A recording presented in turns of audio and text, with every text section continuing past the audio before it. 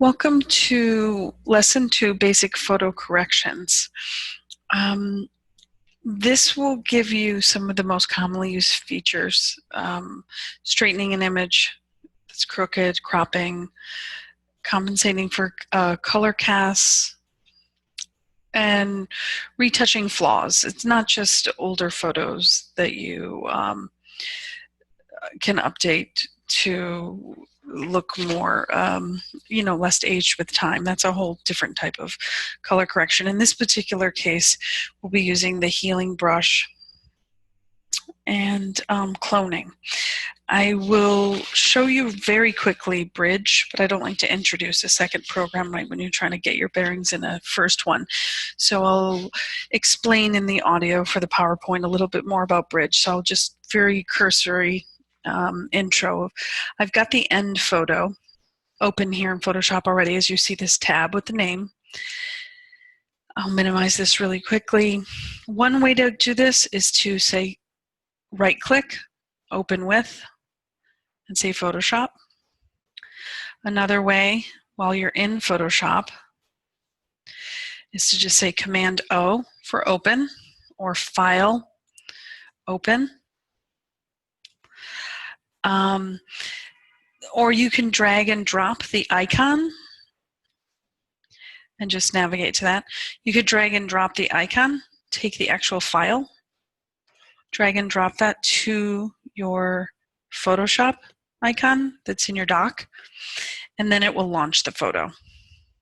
The one thing you can't do is double click, because it's going to default to preview or whatever file, because it's not a PSD. So this is defaulting to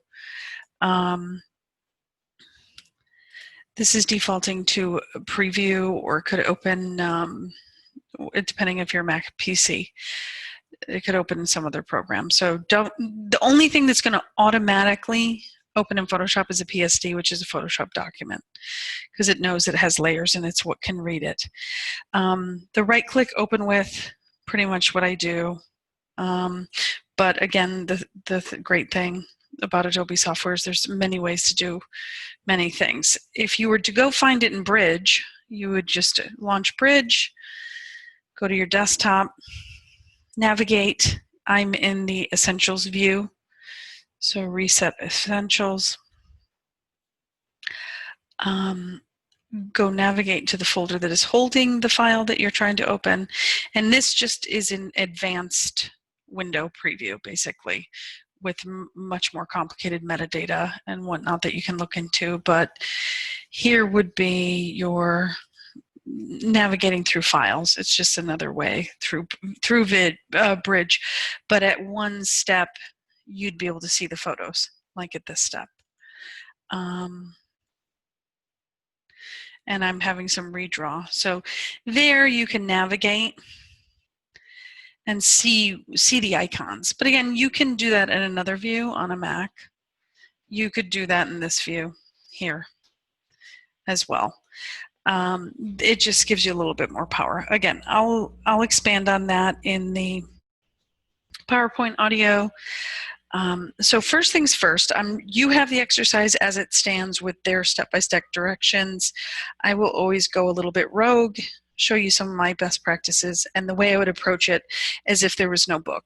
Because basically, the classroom in a book is a great set of training wheels to get you moving and navigating around, but at the end of the day, every situation you're going to come across in an image is not going to necessarily have an answer in the book. So you'll just learn to have your instincts from the exercises and getting to know your way around.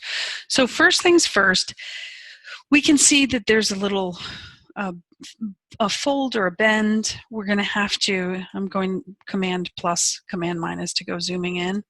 If you look at this, and then I'm pressing the space bar to get the little Mickey Mouse glove, so I can move around and see. When you're zoomed in very close, you can see the flaws. There's some ink, maybe a scratch. The photo's been folded, by the attire. It's probably the 60s or 70s. Looks like they're in Venice at the Ponte Vecchio. You can tell a lot about this photo if you zoom in and see. Right now I'm at Command 0, which is fit to page. And if you look here in this lower left corner, it's demarcating what percentage you're at. So we're at 43, almost 43%. It's a 13 meg file. If you click this caret, it will show you more information about the file, and you can scroll through that if that's what you want to display. It defaults to document sizes. Whenever you see a caret, as I explained in the first demo, there's always more information, and that applies to the panels, the toolbars, pretty much everywhere. So first things first, we're going to see our rulers, which is Command R, and just so we have a sense of the straight line. The crop tool, we're going to bring this in, get inside the color area of our image. So we have a white background or a pasteboard. Then we have the white matte frame of the photo. We want to get into the colored area so that when our shadow here, this opacity that covers the image, when we go to rotate and to line that up, we're going to use that as sort of our T-square or a triangle to rotate and get that to line up. So if you rotate this around, we're using the straight line edge of this to straighten to there. I'm working a little blind here. If I could get rid of this.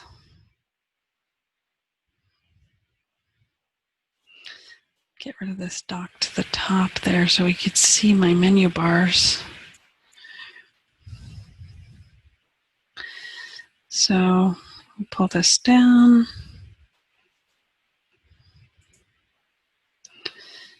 And we're close. Okay. And so you see how I'm at the corner and there's a little grid to sort of help you straighten to things inside. So if you had a very straight horizontal line, this stone fence could be the vanishing point. You could straighten it to that.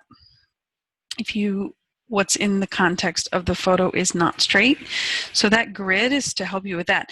So when my arrows go wider, you see how I'm going in and out and I'm constraining? If you hit shift, it'll constrain keep the ratio even. But if you go a little bit towards the hotspot on the corner, you get this rotation arrow. If you're watching, I'm just sort of pausing there right now. This rotation arrow is a curved arrow, and that means that you can now spin at that point, but you have to get in there outside of, see how it goes from straight arrow to curved arrow. Now I can rotate there. And you see, I'll go extreme. Obviously, this isn't what we want to do, but you see how I'm rotating. My cropped box is staying the same, and I'm flipping what's inside the content. And that wasn't very helpful for my final outcome, but you see that. And again, there's multiple ways to approach everything in Adobe software. That's the beauty and the strength of it. But this is the approach. Now I'm going to hit return. And now we see that. Now the catch here is, if you look at our end result, which in life you're not going to just have that end result, it looks like they rezzed it down. This still is not a straight line, because another way you could do it is this. Okay, so it's Command T for transform. Now we're going to pull my arrows from the corner. As you could line up the inside grid. We will lose image area and crop it though. But I just want to show this as a different approach example. See my little tiny grid? I'm taking this line and I'm lining it up with the line of how this fence is built. But then we have to cut out image area that we wouldn't have. You have to lose a little bit. And once we crop those pixels out, those are not retrievable. A lot of our changes that we'll do over time, we'll be able to turn on and off that layer. we'll be able to non-destructively change the image with masks or just working on a color correction layer. But in this case, once we crop this out, we'll save this, not overwrite the original, so we'll always have it. But when we do this, we are going to lose some image area. And that's going to be destructive in the sense that once we crop it out, it's gone. And again, why you would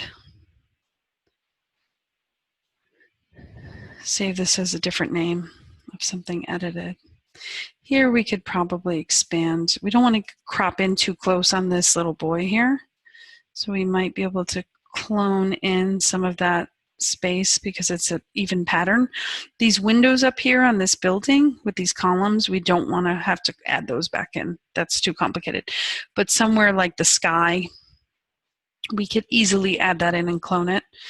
This is a little tricky because we've got the lines down here, but let's just see how that works. So is this an improvement on this? Yes, that still looks lopsided. So that's a little bit nice. And we'll have to go in there and clone that.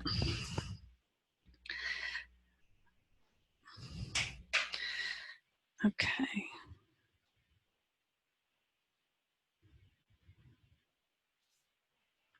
And I will do a part B because this is running a little bit long.